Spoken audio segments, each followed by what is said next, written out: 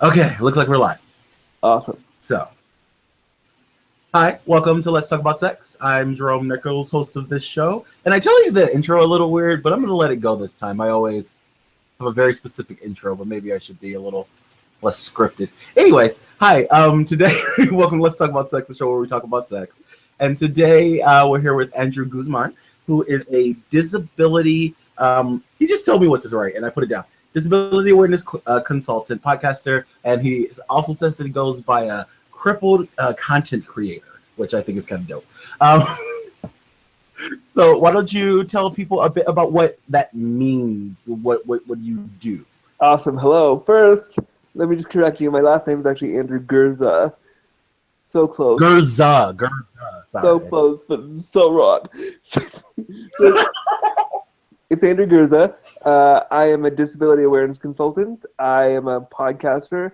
I run the podcast Disability After Dark, the brand Disability After Dark, really. I am a crippled content creator, which means that I create content around disability as a disabled person. I think that people with disabilities don't generally get to create their own content. Typically, we have, organizations and people doing stuff around disability, but it's very rare that you see people with disabilities kind of making their own stuff, especially talking about sex and disability and sexuality and all that free form stuff. And so I like the idea of crippled content creator because it kind of plays with the idea of disability and puts disability on its head. And I'm a provocateur in that way. I like to really push the envelope a little bit and make people go, oh, okay, what is that? All right.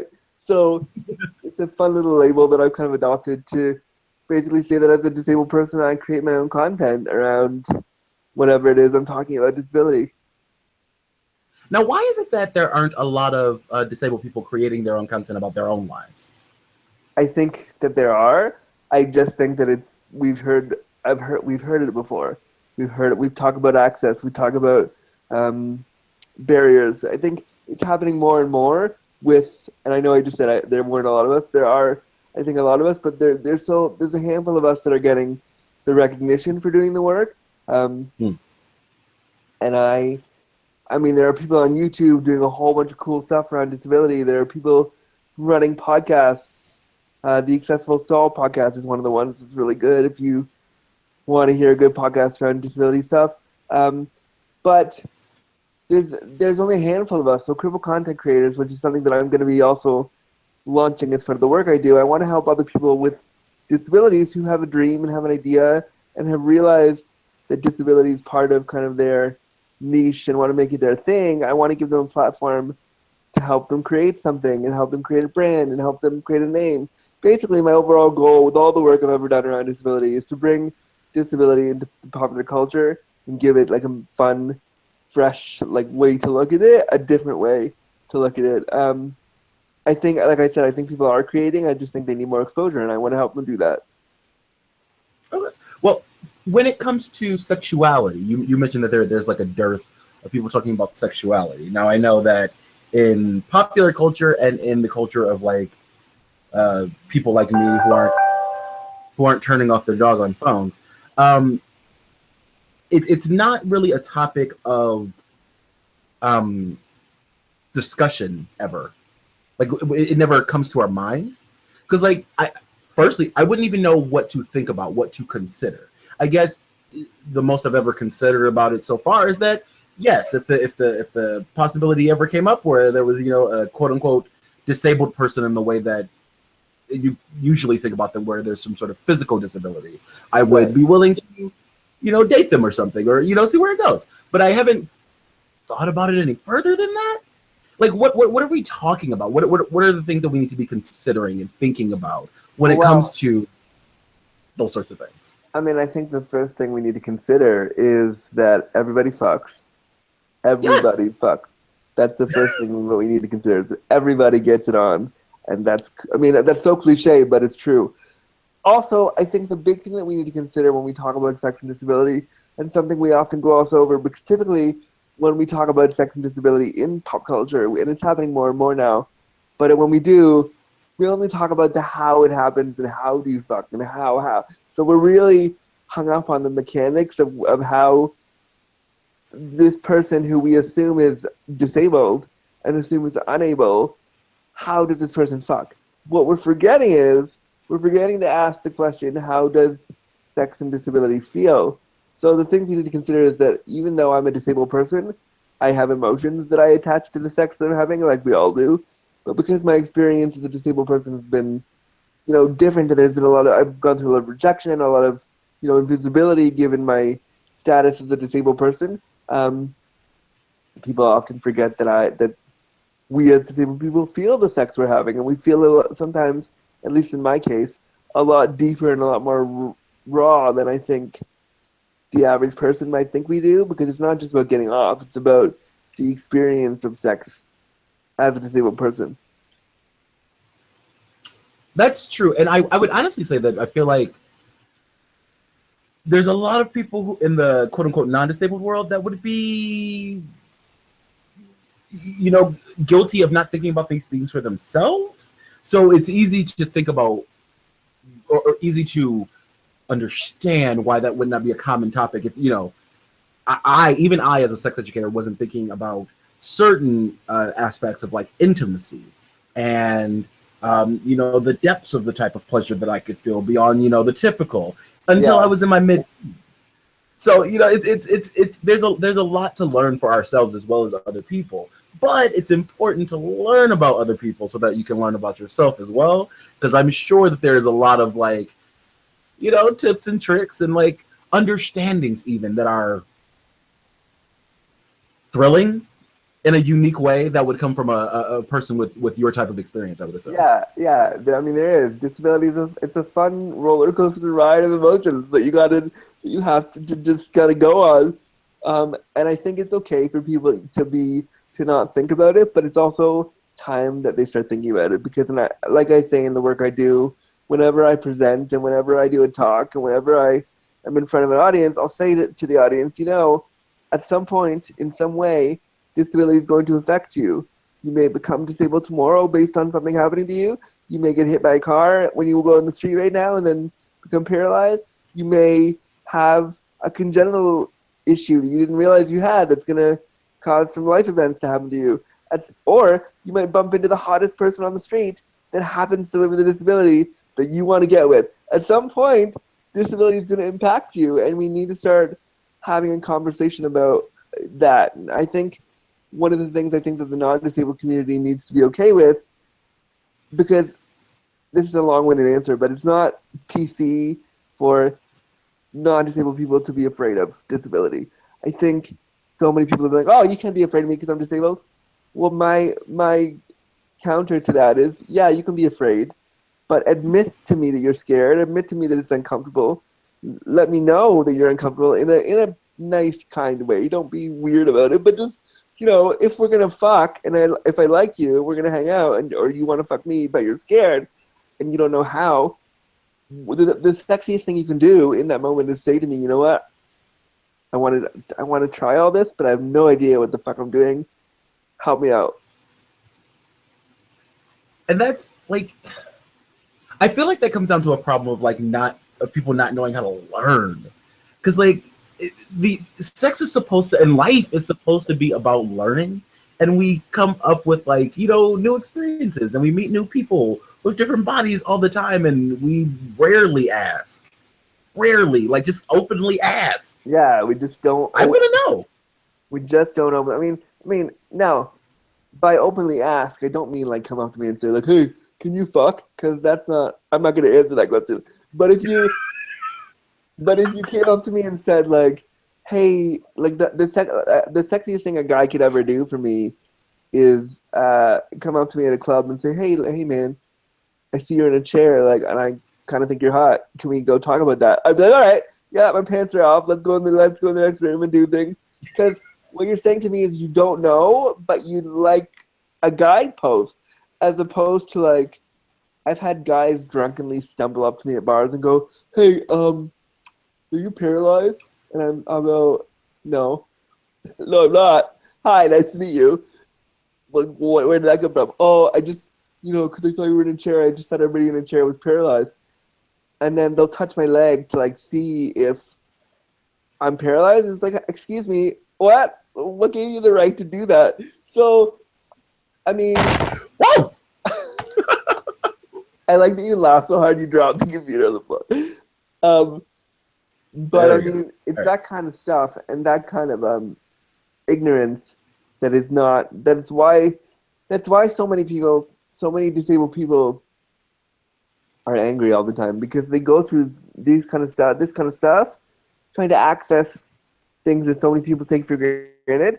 Like, it's similar, I think. The oppression is similar to when people of color get asked stupid things about their race, and you're just like, well, why would you ask me that? Like, what? No. Stop talking to me. Like when Yeah, you were talking about the touching of your leg, I immediately thought like that is exactly like when I have my afro out and people are like, "Can I touch your hair?" And I'm like, "No, you can't. no. I'm not a dog. Stop trying to pet me." Yeah, you can only touch my hair if we're gonna get it on, and you're in the middle of that. That's what you're doing. Yeah, I mean Otherwise, you that's don't. fine. Yeah, It's delicious and great. Go ahead. Like that's what it's there for. But like I don't know you. yeah, you're just not allowed. Like, I love that YouTube video where that actress was like, "No, you can't do this. No, you can't. No."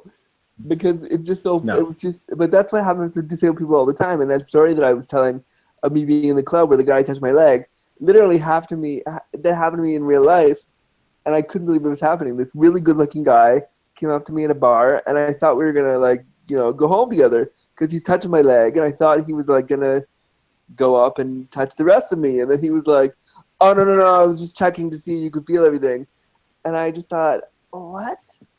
Like, what is Why do you need to happening? touch me? Yeah. Like, why do you need to? What? Okay. And then I was like, well, you were hot, but now I'm just now I can't. No, we're done. Understandable. I have that same problem when I'm like when I'm talking to a cute white guy and then all of a sudden he tells me how much he wants my black cock and I'm like, well, it was so nice talking to you. Have a I good know. And I mean, part of me is like, when it comes to like fetishization of disability, part of me is like, yeah, I'm down with that. Like, if my crippledness gets you off, great, let's work on that together. But if sure. the only thing you want is my crippled cock, then I don't want to be, then I can't, no. Right. Like the things that are different about us make us who we are, and it's part of what makes us sexy. And you should be able to be like, yeah, I like your body for XYZ reasons, Yeah, but then also like I like your soul. yeah. And I mean, I think for you, like, as a man of color, as a queer man of color, like, I was reading a thing yesterday about racism, in the queer community, and I was like, wow, it's so true. Like, it's just so painfully true. And I mean, I think the worst part about racism and ableism and all these isms in our community is that when they overtly fetishize you and be like, yeah, I'm only in it. I see it all the time on like Grindr and Scruff, where like, I'm really into black dudes' cocks. Like, what? But like, what if they're not into your racism? Like, what? But like It's there are tons of like black dudes who go for that. I mean, some of the boys are cute, and I could see how like just having access to ass all the time would be great. But I'm not a person who likes to have sex without emotion, so yeah. I couldn't even road if I wanted to. I'm the same way. Like, in terms of the emotion thing you just said, I also refer to myself as a fuckling, which is like, when you see baby ducks and they imprint on somebody and they like follow Mhm. you around for a week in love with you. Basically, after I fuck somebody that I really like, that's what I do. I will imprint on you for a week and follow you around in love with you because we just did things. Sex must have been good. Yeah, we've all been a fuckling at some point. Um, Absolutely. and I like that. I like the emotion that goes with it. And I think partly as a disabled man, we've been taught as disabled people that we're not supposed to be sexual. So when I engage in a hookup with somebody or a one night thing or, maybe a multiple night thing, that never really happens. But in my dreams it does. Um, when I engage in like a hookup scenario with somebody, I get attached. The sex is important to me because sex for me isn't like we don't. I don't have access to guys when I want. Like I can't go in Grindr right now and find somebody to hook up with because I have to deal with all their, oh, you're in a chair? Like, oh, I didn't, oh, I'm not sure if I can come over then because I'm scared about this. Like, it isn't easy to access my sexuality. So when I do, like, snag a guy to come over and do things, I get all emotionally excited by it. I agree. Like, I had a similar experience. I'm way overweight, quote unquote. Awesome. But like, so through my life, I've had lots of sex, but I've also had a difficult time finding partners. It's been one of those things where like, oh, you're cute, but you're a little too big for me, and I'm like, so I understand that lack of access thing, Yeah. and how Yeah. that can like affect you. And I actually have found like over my life that being able to, I guess, date-ish has actually made that almost like non-existent in my life. Because like I can normally vet out anyone who would be weird about the sex we might have just by meeting them once before we have sex. And it also makes me more comfortable personally with, taking them to bed. Yeah. No, I agree. I think that just to go back to like the weight thing, like I in my 20s was like a spry, skinny, sickly kid who was like, my metabolism is never gonna change, and then I hit 28, 29, and my body was like, oh wait, about that though. So I wouldn't say that I'm overweight, but I will agree that I have a bit of a cookie pouch. I have a little thing happening, So, and I kind of, that's part of my thing. And if you want to get with that, that's a part of it. Sometimes I refer to myself as a bear in a chair. That's cute. That is so cute. I mean, I play with it because it's not something that's going to change. And I think in the queer male community, we have such a problem with race. We have such a problem with ability. We have such a problem with the weight. And I'll tell the story. When I was in my 20s, I met this guy. He was like, I think what the doctors would refer to as like morbidly obese. He's a big guy, but super cute, and I was kind of into him. And so we decided to go do things, and things were happening.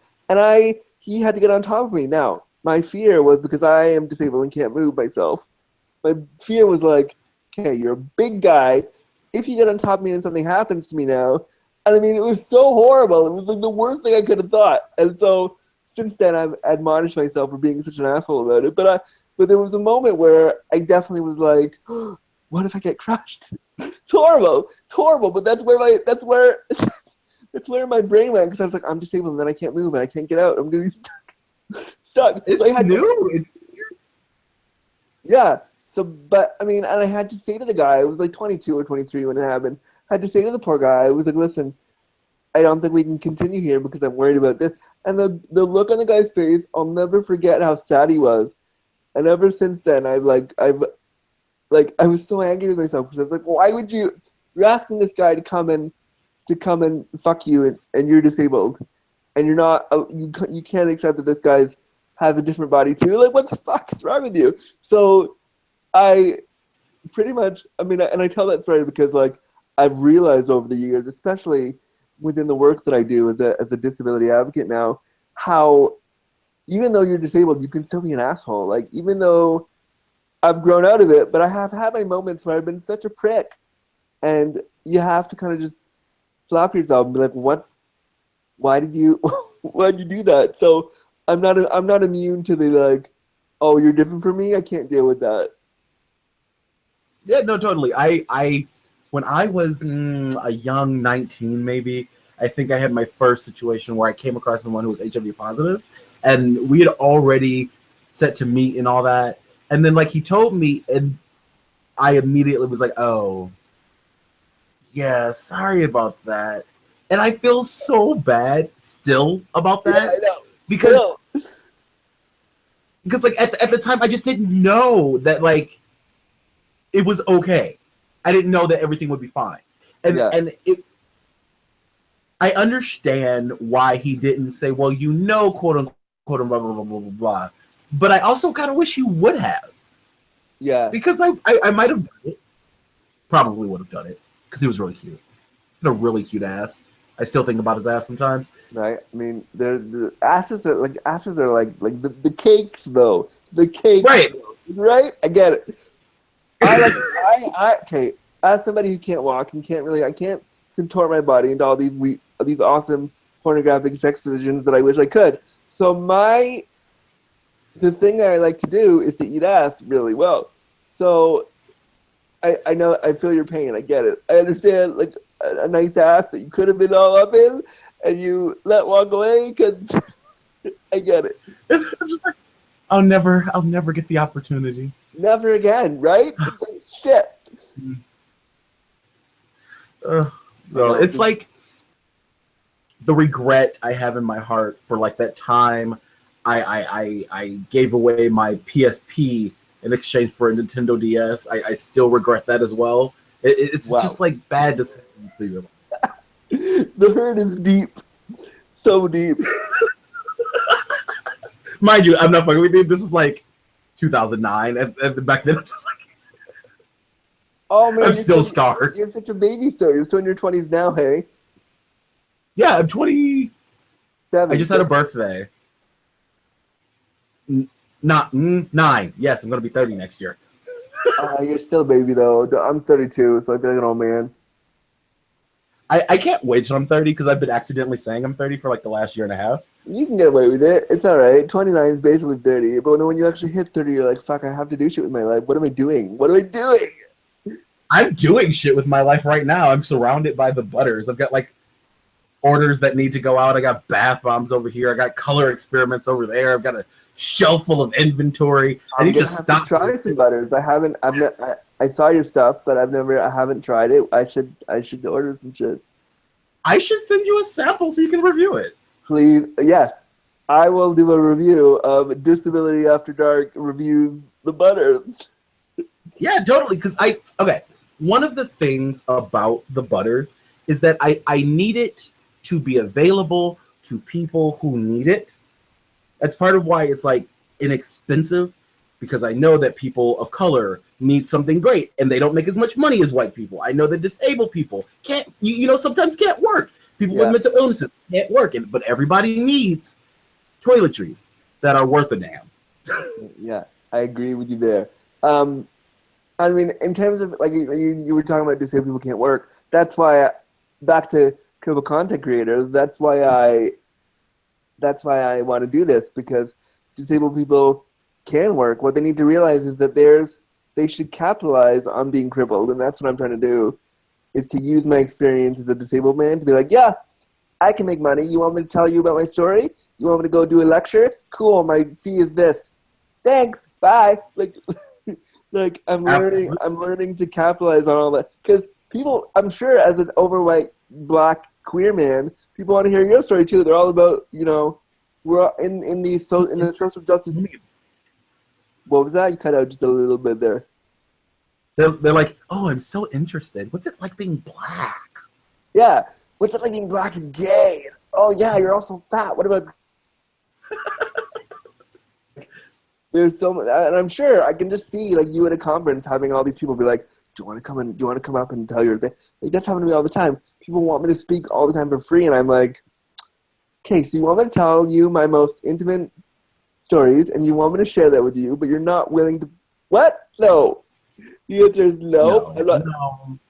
And I mean, there's 1 or 2 times every year, 1 or 2 events that I will do pro bono for free to be like, all right, 1 or 2. Just to be fair, if I support the organization and I like what they're doing and they, genuinely don't have money and they want to help me out and expose me a bit, sure, 1 or 2, no problem. But I'm learning that if you want me to tell my story and you want me to be present for you and you want me to tokenize me, you're going to pay for that. Like, go ahead, tokenize the shit out of me. Go ahead. I will be your queer, crippled, disabled, faggoty gay guy, all you need me to be. But if you want me to do that intersectional thing for you, you got to pay. Absolutely. No, give me money. Like, I love with Native American people, start selling garments with their patterns and shit on it, taking money away from Urban Outfitters and all these other people who want to take their shit and make money off it. No, you sell your shit and make money. Yeah. And get it and put everybody else out of business because they're going to be better. So much better because it's going to be authentic and it's going to be real and it's going to be a Native American person or an indigenous person doing what they have already done. A fucking Urban Outfitters. Yeah, so I get it. So when I go do a talk, like I will charge, my talks in Canada are $500. My talks in America are $1,000.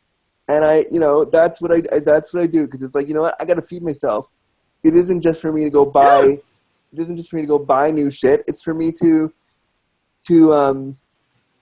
live and to so. And so with the podcast, with Disability After Dark, I have a Patreon page, and I saw you have one for yours too. So like, and I love it when people are able to put whatever they can. Like if I get somebody pledging $2 a month, I'm like, yeah, awesome, thank you. Your $2 a month is gonna, I'm gonna want that $2 at the end of the month. I'm gonna want that $2 in my account because I know that at least I'm making some money for the work I do. Because you're a podcaster, putting these stories out there for everybody to hear. Sometimes you're sitting in front of your computer being like, what the fuck am I going to talk about today? Or I have this really painful story that I want to tell, and I got to tell the computer now. Great. My thing is like I'll record a show, and because I just sort of like put the recorder away like in the corner of the room, I will forget, and then I'll go back and listen to the show, and I'll be like, I cannot believe I said that. Right? Yeah. Wait, I totally can. I love being embarrassed. It's great. And I have Audacity, and I just hit record, and I just talk to the computer for like an hour, and I don't really know what I said until I listen back to it and go, what did I say? Why did that? What? So it's hard to remember. That's something people don't understand about being like talking, being like a professional talker, is that it's hard to recall. Yeah. All the shit you did over an hour. Yeah, over like. Or even 42 minutes where yourself like, what did I just talk about? How did I start this episode? What did I come here for? What's the purpose again? Yeah, and I had somebody on iTunes review my podcast and be like, Andrew, you repeat yourself. And I was like, of course I do. I don't know what I just said. So I started writing down, like I started making notes that I read from when I do the podcast so I don't go over it again. I'm not sure what the original question was, but yes, to that, yes. See, this is exactly what we're talking about. We don't remember, but no, actually, there was. I just made a statement, but I do have a question. Awesome, I'm ready. That question is, how do you handle kink and disability, physical disability? In terms like, of, how does that work out? Like, what part of kink? How do I handle? Well, are you kinky at all? First off, fucking yes. The answer. Are you into beating? Like, put me in some leathers, and I'm all like, put me in a harness, and I'll let's go. Okay. I'm learning that I like submission a lot. I like it a lot. I like being submissive to somebody, and that isn't. I don't think that's tied to my disability. Well, I think it might be a little bit actually tied to my disability. If I'm honest. Yes and no. Yes, because in my life, with the type of disability that I have to direct care staff to do a lot of personal care to me all the time and tell them exactly what I want and tell them exactly what I need and be very, very direct with them all the time about what I'm doing. And I have to manage that. So to be in a space with somebody where I don't have control for just a minute feels really nice. Where I know I'm safe and I know they're not gonna hurt me or anything, but to be like, I was with somebody recently, and I said, like, I don't want to make. They're like, "What do you want me to do to you?" And I was like, I don't want to make the decision. You decide. And I just kind of said, go figure it out. And to not have control over that was for just a minute really nice. I like the idea of somebody. How do I say this without sounding weird? I like the idea of somebody taking charge over the situation for me, so that I can just enjoy the sex I'm having. Owning you. Not in like the I'm gonna be your like slave for the hour thing, but like. No, but it's sort of like they take ownership over your pleasure over your body for the time being. Yeah, I think that in that sense, I'm very kinky. I like and I just there's as a queer man, there's something hot about another man on top of you telling you don't have a choice but to do whatever we're doing. I don't know. There's something I really like about that, and I don't often get the chance to explore it in the sex I have, because typically, even in the sex I have, I'm the one schooling the guy on how to have sex with the guy with disabilities. Like, that's my primary role in the fucking that I have, and it's super... I don't mind doing it, like, once, but I hate doing it every single time. It's really exhausting. I just want to play. I don't want to have to walk you through, but I also feel some sort of weird responsibility to walk you through the sex we're having, because I don't want to scare you. So I feel like I have to give you the guidepost on how to fuck the disabled guy, but I'm also like, I don't want to do that with you. I just want to play. So, and I don't have a lot of recurring sex partners, unfortunately. My sex tends to be like, I'm the guy you notch on your bedpost. Like, yeah, I fucked that disabled guy once. Like, that's typically the kind of sex that I end up having. Partly because I meet guys on apps, and partly because I meet people in, like, non-traditional places because of accessibility and all these things. So I typically am the first disabled guy you've ever fucked, and I tend to never see you again, because then halfway through the sex they realize how real it is, the sex we're having, and how emotional I'm getting about what we're doing. And I'm a talker in bed, okay? I don't shut up. If I like what I'm feeling, I will tell you. And if I like you, I'll say stupid things like, hey, want to hang out again? Like in the middle of the sex we're having. Because I don't care. So That's adorable.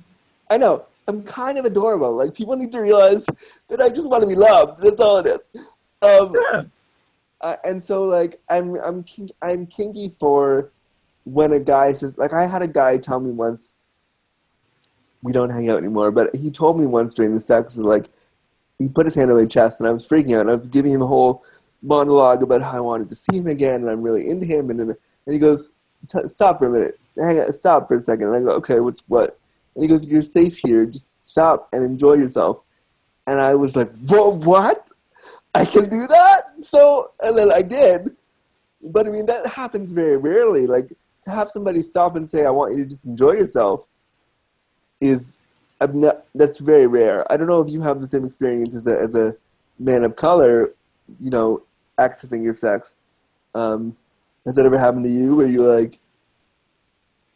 I'm not normally the nervous one. I'm normally the one being like, it's okay, you can calm down. I'm usually very cool under pressure. See, I'm the nervous one. Like, to get you over to my house, I'm cool and I'm relaxed and I'm like, whatever, come over. The minute you get here, I'm freaking out because, oh my God, it's really happening. So, and that's why I think I'm a fuckling, because I really get emotional, because I think sometimes as a disabled man, we don't get the chance to, like, I don't date very often. I don't date lots. I've never had a long-term relationship. I haven't done the things you do when you're 16, 17, 18. I haven't learned how to date. I don't know how to do any of that. I know how to suck your dick really well and eat your ass out and see you later.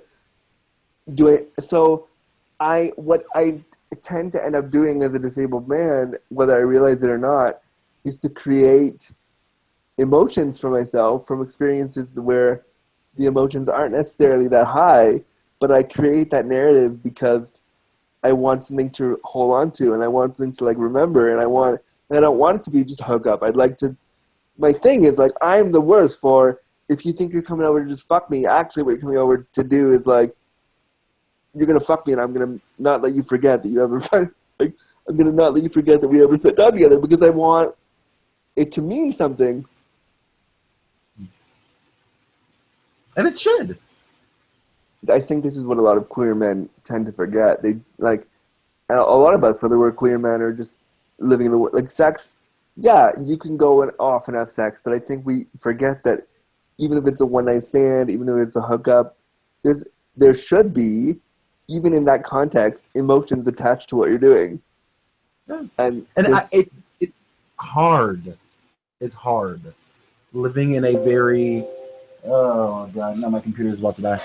Living in a very unemotional world Just in general, we're not that great at saying hey, or hey, can you come cuddle with me, or hey, will you hold my hand, or I don't like being kissed on the lips, I prefer being kissed on the forehead, or like just simple things. It's hard words to feelings because the English language is not that emotional, so it doesn't have a lot of words to express things. Yeah. Two, a lot of kids are never taught like things, simple shit like consent, and that it's okay to feel not okay with things. So like, so like we're missing like very baseline shit as opposed like to like basic be emotionally stable people. Yeah, yeah. And I mean, and you know, when we talk about all the things that we missed, no wonder we're uncomfortable with disabled people fucking, because no one ever talked about it. No one. So part of what I do, and I mean, somebody the other day, last night and yesterday, two people that I was talking to called me a leader in the field of what I'm doing, and I went, really? Am I? Ooh, like, me? thank you. So, like, yeah, it was shocking because I was like, oh, I just do my work and I don't. Oh, like that's really nice, but also really. But I mean, I think that there needs to be more of us, and there needs, especially in the queer community. And if you look in queer communities, there are a bunch of queer disabled people out there, and of course, the person outside my window, outside my door, is deciding to vacuum right now because that would make sense. But what I'm saying is, you know, there's so many queer disabled people out there who aren't given a platform, who aren't given a space to share these feelings. And I think when people think about fucking us, all they think about is, I'm going to fuck that disabled guy as a novelty, and I'm not going to, that's it. Whereas, and this happens in queer male, like, sex communities all the time. And I have advertised myself when I was younger as, like, want to have sex with a disabled guy? Here I am. To try to see who I would get coming over. And as I've grown up, I'm like, I don't want to advertise. I will be the disabled guy you fuck, but I also want you to see how my disability is a big part of who I am. And if you're going to spend time with me, you got to know that. And they should. They're missing out. I mean, do you feel like, as a queer man of color, that that's an important part of your narrative when you have sex with a person? Like, if someone said to you, hey, Jerome, like, I don't see your blackness, would you be like, what? Oh, am I clear? Am I transparent? Is there something wrong with my skin? You should see it. I'm really dark. Right? It's gorgeous. And I thought that's why you came over. Right. Like, I thought, what? So confused. I really thought, like, I actually, like, I got a little bit of a tan, actually. I thought I tried a little harder. Yeah, I really worked to make sure you saw my blackness. And I mean, I have guys say this to me all the time, where they'll say, like, they'll say to me, oh, Andrew, I see you as a person. I don't see your disability. And I go, no. In order to see me as a person, you must see my disability. Must. Is not optional. Cannot be changed. Must see my disability. And when guys say that to me, I get so offended because I'm like, I don't think you understand about who I am and what I do. Do you not understand that I run a whole company based around disability? How do you not see my disability? Like, what? I don't. It seems almost like I love you, or I like you, or I tolerate you despite the fact that you're weird, as opposed to I like you, period. Or I like you because you're weird. Like, if a guy told me that he liked me because I'm weird, I'd be like, great, cool. What part of my weirdness do you like today? Like, yeah. Because I'm weird. It is a part of my brand being odd and a little bit like off. Yeah. No. Yeah, I totally agree with you. I think my total brand as a disabled person, as a queer cripple, as I call myself, is to be weird and to be off-putting and to be strange and to be a bit overly emotional and to be a fuckling and to be a bear in a chair and to be all these things that I said I was. I'm all that stuff, and if you want to get with it, like, I was on Scruff last night and I was looking around the Scruff land because I have a thing for ginger bears in without their shirts on. So I was looking for that because it's what I do. And so I found this guy that I really thought was cute, and I messaged him and said, "Oh, I just want to say you have nice eyes, and then you're kind of hot. You're 400 kilometers away, so I'm never gonna fuck you, but you're cute." And he goes, "Yeah, are you masked for mask?" And I was like, "No, no, I'm not." Then he goes, "Well, do you go to the gym?" And I was like, "No, I don't." And he goes, "Oh, you what?" And he's like, "Why?" And I was like, "Oh, because I have a disability, and I can't go to the conventional gym the way you do." And he goes, "Oh, well, I'm kind of looking for a guy that's more active than you." And I just thought, okay, all right. And then, so I put this thing on Facebook that was like, you thinking that I'm not active enough for you is ableism, one. You thinking that I don't go to the gym enough for you is gross. Secondly, your fragile and white masculinity it's so gross. Like, It's weird. What was that? It's weird. It's gross. So the hashtag that I used last night on social media was, if you want to get with this, hashtag cripple that walk. Because I was like, because sometimes I am not masculine. Sometimes I am not feminine. I am either or. And I go by the he, him pronoun, but I have nothing wrong with expressing my desire to wear dresses sometimes, my desire to dress up and be silly, my desire to do drag. Like, none of that scares me. And I think as a disabled person, we're supposed to, what I've seen a lot is that when you're a disabled man, you're supposed to be hyper masculine to, like, mask your disability. And I don't do that. I am not, I sit at home and I watch Gilmore Girls. I don't care if people don't like it. I love it. It's great. Like, I'm sitting here with my Uhura Barbie. I understand pretty well, Uhura Barbie, amazing, so good. It's I saw that they were coming out with one and I lost my shit. So important. It's so because first of all, we don't have a lot of black Barbies out there. I mean, we do. There's more now, but they're all kind of weird. Uhura is like such an important, iconic character.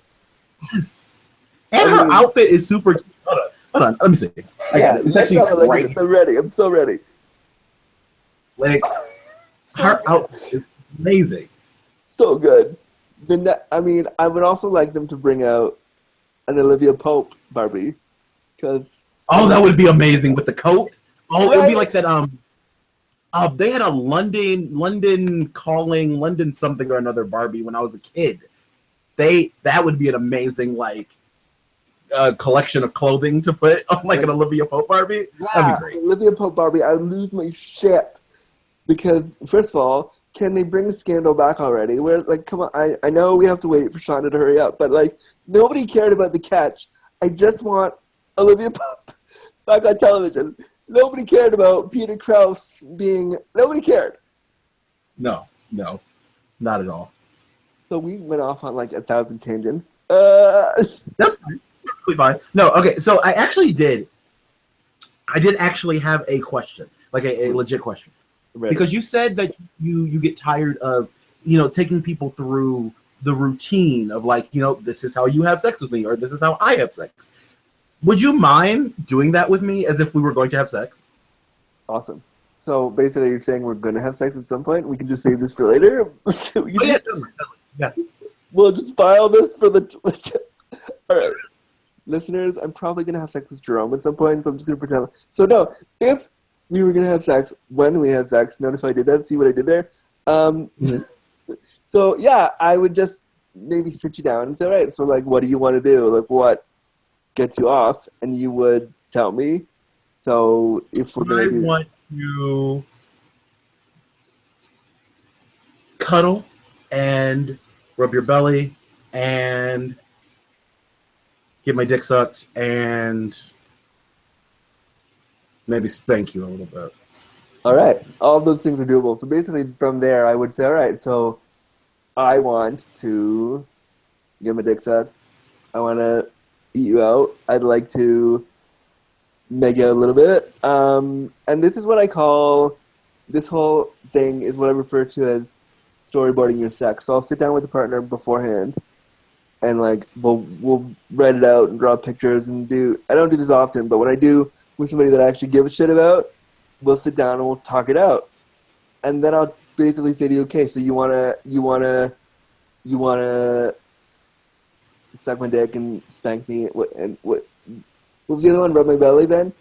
Yes. Yeah. So okay. So then I would say, okay, well, we have to get me undressed, and so you'd have to help me with that, and I would walk you through how to undress me, like taking off my shirt and take off my pants, and then take off any other things I have. Like I wear a special bag to pee into so that I can be free in the day.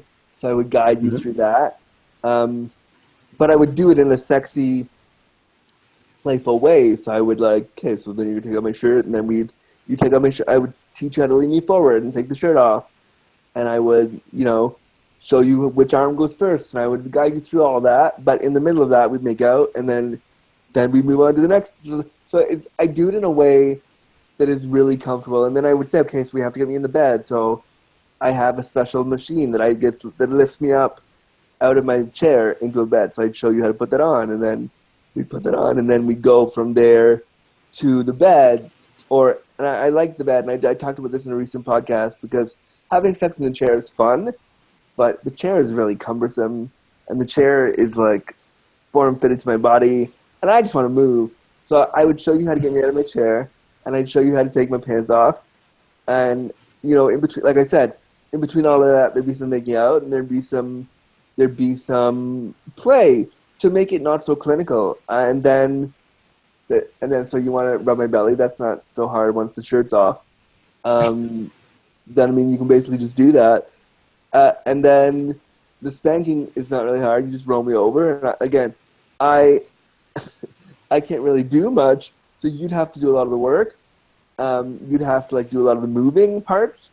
So if you want to spank me, you just roll me over and we go. And then if you wanted me to suck your dick, you basically have to put your dick in my face, because I can't.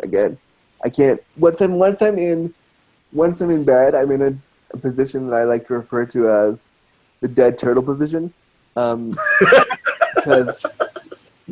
I'm on my back and I can't move, and I'm stuck. So basically, my partner has to do all the moving work. So you'd have to basically put your dick in my face, and then there it is. Then I know what to do. Then I just suck your dick. Well, see, this doesn't sound terrible. This sounds like sex I have with my typically abled partner. So, except he's restrained in hog tie position or something like that. It would essentially be the same. Sort of roll. It would be the same, except I wouldn't be restrained by hog ties. I'd be restrained by my muscles just deciding not to move. So that is the cheapest form of bondage I've ever seen in my life. Right? It's the most natural form of bondage ever, right? So yeah. But yeah, there would just be a level of discussion that would have to happen. And I think the discussion is important. Now, there are moments in my sex play where that discussion gets tiring, and sometimes I don't want to. So I would tell you once. Probably, I would tell you the one time we hooked up, and then if we hooked up again, I wouldn't necessarily want to tell you again unless you asked me. So I wouldn't be like, okay, so before we have sex this time, let's pull it out again. The second time I'd be like, all right, let's just do it, because you kind of know. And that's kind of how I go about my sex play. The first time I'm willing to show you, and if there's a second time, which there should be because I have a giant penis, if there's a second time, then I will hope that you don't ask me as much, but if you do, I'm there to guide you. But I think that the talking about it and the storyboarding the sex is fun and important. I actually like, I know it can be tiresome, but in a lot of ways it actually makes me more comfortable with the sex that I'm having. Not that I don't know what to do in bed, but I kind of just like to hear what people want. I one of my favorite, let's say, fetishes is like enthusiastic consent. So like, Yes. I'll do almost anything you want me to, as long as you really want me to. Yeah. So you want me to scream out that I want you to spank me really hard? That's Yeah, absolutely, absolutely. See, I think that's hot. That I think that, I've done this too, where like I remember when I was younger having sex with random guys off Grinder, because it happened. It happened. Still happens.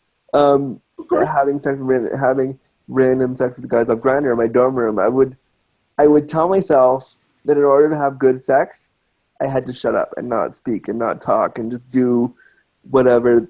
I remember telling myself this, like playing a tape in my brain that was like, Andrew, don't speak right now. This is not, don't, no. It's not cool to be talkative. And I'm trying really hard to like divest myself of that narrative because it's so wrong. Now, I love to talk during sex. I love it. Like, I like to like stop in the middle of sex and be like, hey, what's going on? How are you feeling? What's going on? Is this good for you? And I like that stuff. That's, for me, sex is such an emotional experience.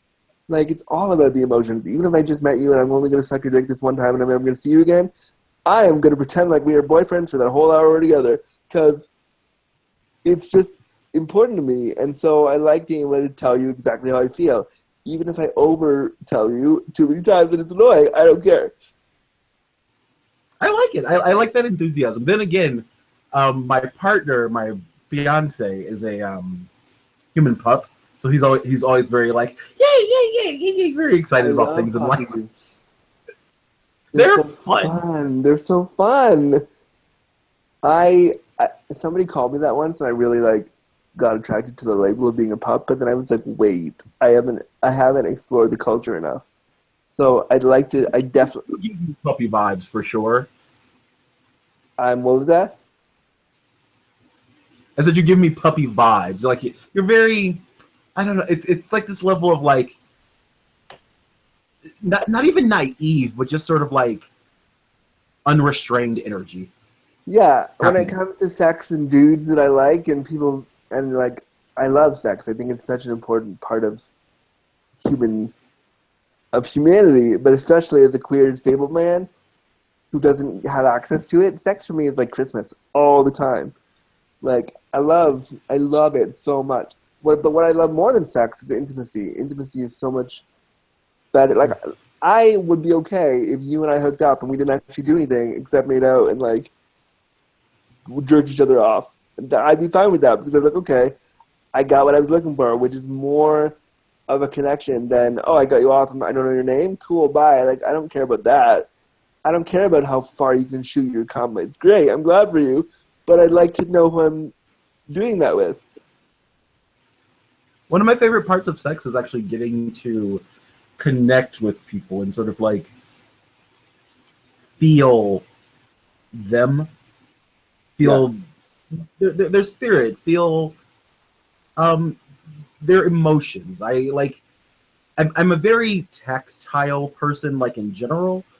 So sex for me is just sort of like this big buffet of like a bunch of sensations, and not all of them are the typical pleasure sensations. Like I love the way a dude's heartbeat feels if I have like my finger in his butt or something. Like I love that sort of. That's so weird. I've never heard that before in my life, but I love that whole sentence. Is going to be on my Twitter for like 5 days. 'Cause I do. It's like inside the anus there is this very very very big like blood vessel, and you can touch it and you can as feel it like the opposite way as if you were doing prostate play, like completely 180. You can just put your finger right there and you'll feel their pulse, and it's like this giant hot pulsing like electric area. It's so interesting. The next time I shove my finger up a dude's ass, I'm gonna feel her over that. Yes, please do. Please do. And so, what state do you live in? You're in. Where are you again? Ypsilanti, right? Michigan, yeah. Oh, you're in a state that nobody wants to go to. Oh no, that's fine. That's perfectly fine. I understand. Then again, I kind of knew what was going to happen because I live here. So yeah, you're in a state that I'm in. I mean, I'm up in Canada, so I'm relatively safe from the orange one. But Jesus, the angry orange, the annoying orange. Yeah, Agent Orange. Like I can't believe. Like Exactly. I cannot believe he. Wow. But on the bright side, we are going to have a recount in 3 key states that if they turn for Hillary, Hillary will become the president. I hope to God that Hillary, please, look. I don't think she's a saint. I don't think she's the greatest person ever. I don't think she's the most amazing person. But if I had to compare and contrast Clinton versus Trump, I've picked my person. Right! Because I'm like, honestly, I get it. She's a politician. She is. I know that. But yeah. I already know how evil and crooked she is. I'm aware of that level of crookedness. I'm okay with it in my politicians. Yeah. All I want is somebody who's not going to send me to a death camp. Like that's I'm really not that hard to please. Yeah, I just don't want to die today. The end. I just don't want to die today. Like, did you see? I just bought an Xbox One on Black Friday. Like I have things to do. I just want to play Xbox and shove my finger in your ass to feel your pulse. Why is that so hard? It's not. This is all I want. Yes, I totally agree with you. What was the original question? Yeah, so back to shoving my hands up a dude's ass. I'm gonna feel that next time I do that. Can you also feel it when you eat them out? Can you feel that? I guess you have to go really hot. Probably not. No, it's you can hear like their heartbeat. Oh, that's so weird. I just ate it's very strange. There's like a pulsing, a slight like. I'm gonna totally. Hey, anybody listening who wants to come to Toronto and let me put my finger up their ass, I'd love to do that with you.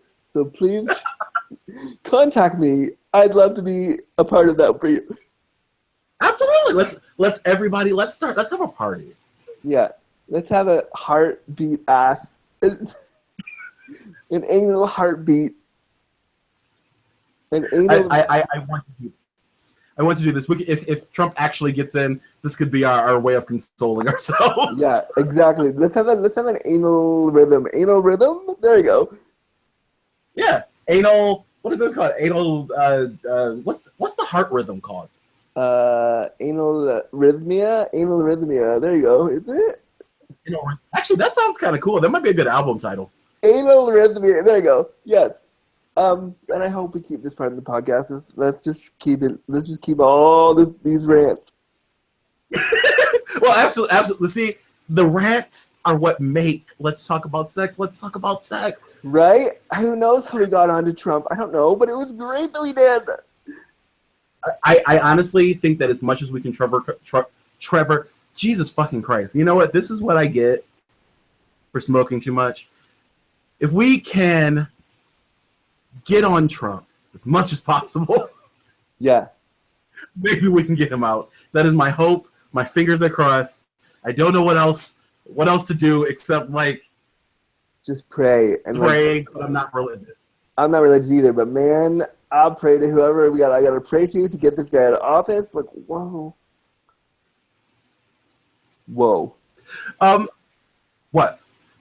No, just what Trump. Whoa, whoa. Yes, no. Okay, so it's been about an hour, and I think this is a good place to end it. Agreed. The show. It has been so good to have you on, Andrew Gurza. Thank you. Why don't you tell everybody where they can find your stuff, where they can follow you, find your podcast and whatnot, where they can find me on your podcast when that episode eventually comes out? You can find me at www.andrewgurza.com. That's ANDREWGURZA.com. The podcast is there. I'm on iTunes, Stitcher, Google Play, something else that I can't remember where I put it up. I'm also on the Twitter at Andrew Gurza. That's ANDREWGURZA on Twitter. I'm really, really active there. I'm on the Facebook at Andrew Gurza 1. I'm everywhere. Basically, look for Andrew Gurza and you'll find me somewhere.